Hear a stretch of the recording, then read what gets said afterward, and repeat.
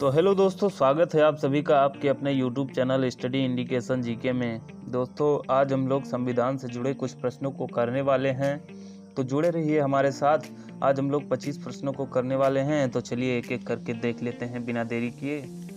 तो हमारा जो पहला क्वेश्चन हो जाता है दोस्त, वह प्रधानमंत्री कौन है जिन्होंने संसद सत्र में उपस्थित हुए बिना ही त्यागपत्र दे दिया था।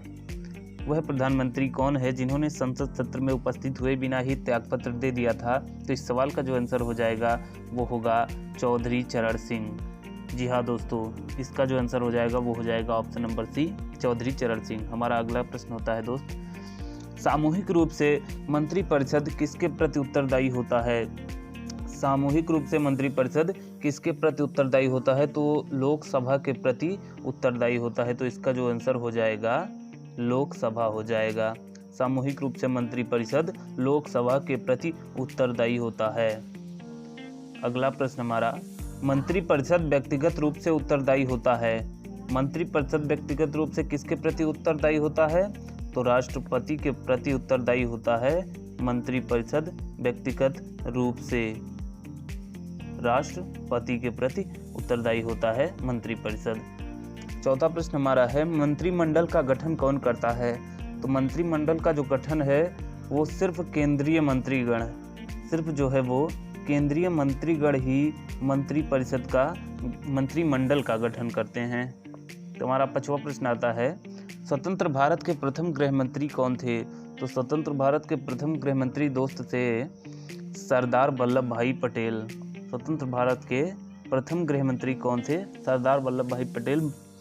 फ्रेंड्स, मोस्ट इम्पॉर्टेंट क्वेश्चन है, कई बार ये सभी प्रकार के कॉम्पिटिटिव एग्जाम्स में पूछा जा चुका है। रेलवे हुआ, पुलिस हुआ, एसआई हुआ, इन सभी में। तो छठवां जो हमारा प्रश्न आता है वो, ऐसे प्रथम प्रधानमंत्री जिनके विरुद्ध लोकसभा में अविश्वास प्रस्ताव लाया गया।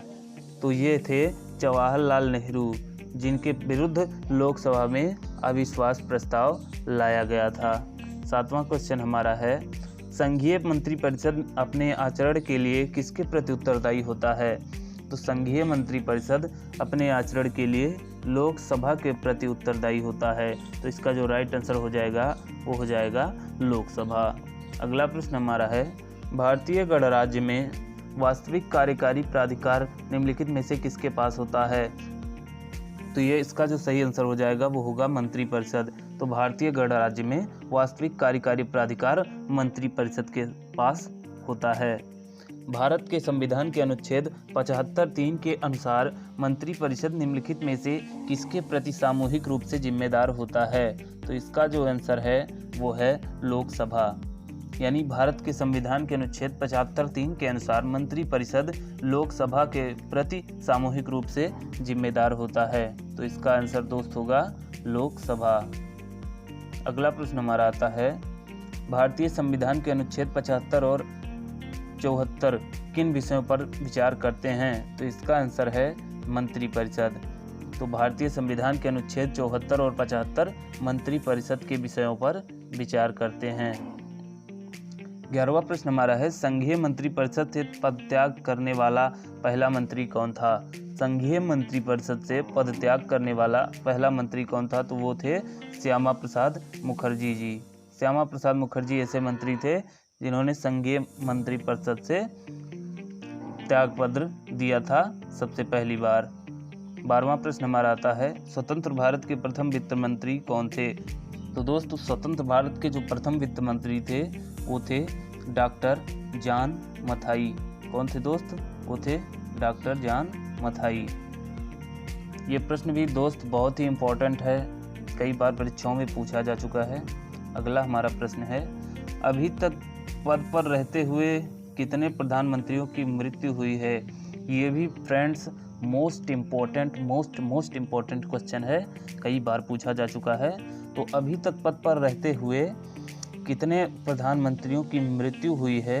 तो वो हुई है 3 प्रधानमंत्रियों की मृत्यु जो हुई है अभी तक पद पर रहते हुए हुई है। अगला हमारा जो क्वेश्चन आता है, मंत्रिपरिषद में कितने स्तर के मंत्री होते हैं। मंत्रिपरिषद में कितने स्तर के मंत्री होते हैं। तो मंत्रिपरिषद में दोस्त 3 स्तर के मंत्री जो हैं वो होते हैं। मंत्रिपरिषद में 3 स्तर के जो है मंत्री होते हैं। भारत के केंद्रीय मंत्रिपरिषद की बैठक की अध्यक्षता करते हैं।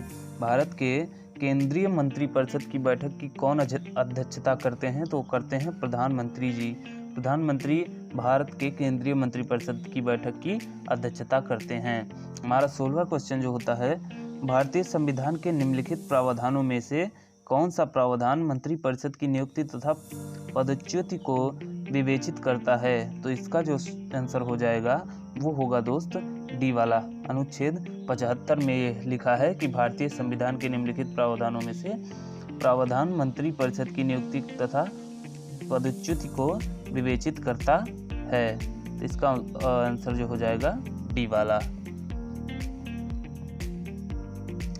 कोई व्यक्ति संसद में किसी भी सदन का सदस्य हुए बिना केंद्र में कितनी अवधि तक मंत्री रह सकता है? प्रश्न है, कोई व्यक्ति संसद के किसी भी सदन का सदस्य हुए बिना केंद्र में कितनी अवधि तक मंत्री रह सकता है? तो इसका आंसर है दोस्त 6 महीने तक। 6 महीने तक कोई भी व्यक्ति संसद के किसी भी सदन का सदस्य हुए बिना ही वहाँ का मंत्री रह सकता है। 18वां हमारा प्रश्न हो जाता है, अब तक लोकसभा में प्रस्तुत अविश्वास प्रस्ताव सर्वाधिक बार किस प्रधानमंत्री की सरकार के खिलाफ गए हैं? तो इसका आंसर है इंदिरा गांधी। इसका आंसर हो जाएगा दोस्त इंदिरा गांधी। इंदिरा गांधी के खिलाफ अब तक लोकसभा में प्रस्तुत अविश्वास प्रस्ताव सर्वाधिक बार विरुद्ध में इनके गए हैं। 19वां प्रश्न हमारा आता है, निम्नलिखित में से कौन सा एक प्रस्ताव भारत में मंत्रिपरिषद रख सकती है? तो इसका आंसर हो जाएगा दोस्त विश्वास प्रस्ताव। विश्वास प्रस्ताव जो होता है इसको भारत में मंत्रिपरिषद रख सकती है। 20वां हमारा प्रश्न है, निम्नलिखित में से कौन सा भारत में प्रशासन पर विधायी नियंत्रण का एक साधन नहीं है? निम्नलिखित में से कौन सा भारत में प्रशासन पर विधायी नियंत्रण का एक साधन नहीं है? तो इसका आंसर हो जाएगा सदन का विघटन। तो दोस्त 20 वाले का जो आंसर हो जाएगा वो होगा आपका सदन का विघटन। अगला प्रश्न हमारा आता है, संघीय मंत्रिपरिषद में सदस्यों की अधिकतम संख्या कितनी हो सकती है? संघीय मंत्रिपरिषद में सदस्यों की अधिकतम संख्या कितनी हो सकती है? तो इसका जो आंसर हो जाएगा दोस्त वो होगा हमारा बी, लोकसभा की कुल संख्या का 15%। लोकसभा की कुल संख्या का 15% ही संघीय मंत्रिपरिषद में सदस्यों की संख्या हो सकती है। अगला प्रश्न हमारा आता है, स्वतंत्र भारत की प्रथम मंत्रिपरिषद में प्रधानमंत्री सहित कुल कितने सदस्य थे? स्वतंत्र भारत की प्रथम मंत्रिपरिषद में प्रधानमंत्री सहित कुल कितने सदस्य थे? तो 36 सदस्य जो थे वो प्रधानमंत्री सहित कुल थे। कहाँ पे? स्वतंत्र भारत की प्रथम मंत्रिपरिषद में। स्वतंत्र भारत के प्रथम मंत्रिमंडल में केंद्रीय शिक्षा मंत्री कौन थे? स्वतंत्र भारत के प्रथम मंत्रिमंडल में केंद्रीय शिक्षा मंत्री कौन थे? तो दोस्त इसका जो आंसर हो जाएगा मौलाना अबुल कलाम आज़ाद। मौलाना अबुल कलाम आज़ाद जो थे वो ही स्वतंत्र भारत के प्रथम मंत्रिमंडल में केंद्रीय शिक्षा मंत्री थे। अगला प्रश्न हमारा आता है दोस्त, भारत में स्वतंत्रता के पश्चात प्रथम मंत्रिमंडल का कानून मंत्री कौन था? भारत में स्वतंत्रता के पश्चात प्रथम मंत्रिमंडल का कानून मंत्री कौन था? तो वो थे हमारे BR अम्बेडकर। भीमराव अम्बेडकर जी जो थे वही स्वतंत्र भारत के प्रथम मंत्रिमंडल के कानून मंत्री थे।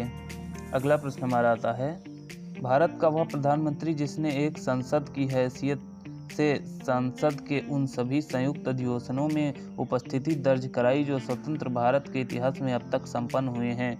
इसका आंसर हो जाएगा दोस्त अटल बिहारी वाजपेयी जी। तो दोस्त ये थे आज के कुछ इंपॉर्टेंट क्वेश्चंस। वीडियो अगर पसंद आया हो तो लाइक कीजिएगा और चैनल पे नए हैं तो चैनल को सब्सक्राइब कीजिएगा। जिन्होंने सब्सक्राइब किया है उनका बहुत बहुत धन्यवाद और जो करने वाले हैं उनका भी तहे दिल से धन्यवाद। मिलेंगे आपसे किसी और ऐसे इंटरेस्टिंग वीडियो में, तब तक के लिए नमस्कार।